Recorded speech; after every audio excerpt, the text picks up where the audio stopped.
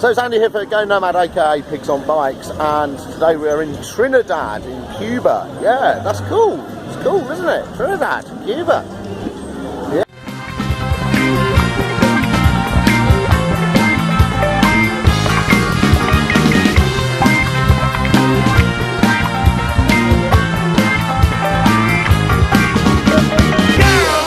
Yeah, we're in the square. It's like seems like every town has a square in the middle of it. You don't need to see my face, not my old mug. Let's have a look around, shall we? So every town seems to have a square, and every square kind of has a big aerial and an ETECSA telepunto, which is Wi-Fi. Yeah, it's cool. You don't get Wi-Fi anywhere else. You have to come and hang around in the middle of town, in the square, where they put some music on and people sit around and eat food and basically sit next to each other, not talking to each other on their phones. But then, you know, like these guys over here, they're talking. Yeah, it may be a sociable way of doing Wi-Fi.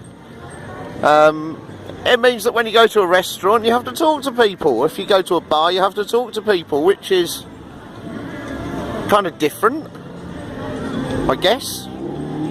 Very, very 1980s. But anyway, so yeah, Cuba's cool.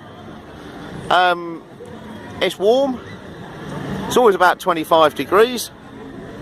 It's relatively well priced, so we've been living for about $50 a day, and we're right in the middle of tourist central.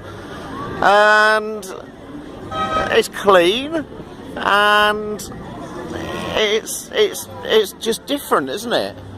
You know, it's Cuba. So obviously everybody raves about all the old cars, and yeah, there's quite a few of them. Everything from the 1930s, lots from the 50s,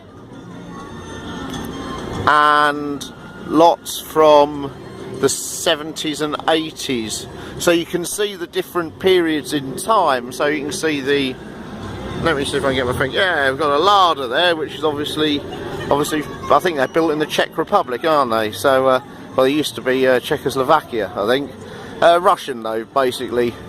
Soviet bloc stuff. And then we've got the newer ones here, and there's a few from China, new ones from China in as well, motorbikes from China, electric bikes from China. And then obviously before Fidel Castro's kind of revolution, then obviously there was all of the American cars here, which are the classic. You know, there aren't too many of them around today, which is a real shame. But I'll put some pictures up. You'll see some pictures when I post some pictures of them. Maybe I'll tack a few in at the start of this one as a little introduction. I don't know yet. We'll see what happens. So anyway, here we go. Have another little look round. What are 5 cool things about Cuba? Cool things about Cuba are music, cars, people, the relative ease of finding accommodation and the cost of it, and the quirkiness of it, I guess. The 5 bad things about Cuba are the lack of food choice, because there's a trade embargo with the States, which is the nearest source of sensible foodstuffs. Yeah, their lack of culinary delights that you find. The food's pretty boring actually, but they do make up for it in portion size. So you always get a lot of food, although it's particularly uninspiring. There's a lot of people who'll come and hassle you for taxis and cigars. Yeah, not so many people cigars, but taxis. Yeah. There aren't actually any bad things about it, really. Finding things is difficult. So finding a supermarket with more than tins of tomatoes in and some overpriced fruit juice, yeah, tins of sardines kind of thing, which kind of leads on to the lack of culinary delights that you find on most menus. Some places are more local than others, I guess. So some places are really touristy. Verandero we were in earlier, I mean, that's just a beach resort. That's just like, if anybody in England knows Southend, it's just like Southend or Blackpool, but obviously in Cuba. And here in Trinidad, this is quite touristy as well, and I see a lot of the people hanging around here backpacking their way through or holidaying their way through.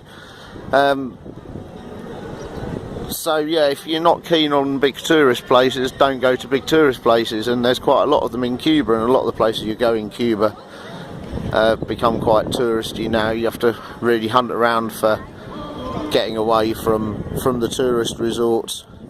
And so yeah, so that could be classed as a bad thing, I suppose. Internet access is atrocious in the way that you actually have to come down and buy from this place here. You have to buy a $1.50 card, which gives you an hour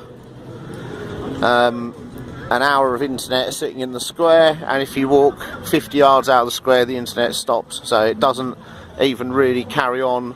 I'd imagine that if you're staying in this hotel here, this big green one here, you might be able to get it in some of these rooms up here, but that's about it.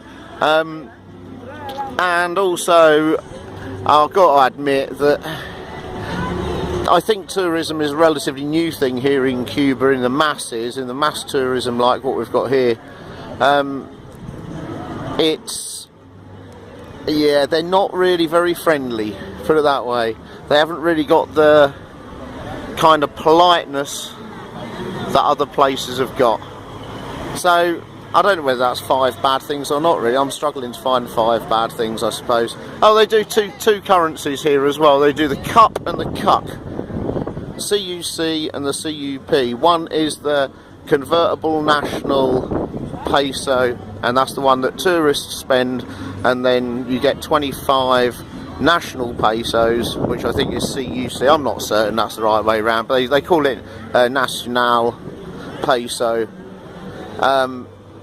and you get about 25 of those to one convertible tourist peso, and prices on menus are often in both, or just one or just the other, so you have to be careful.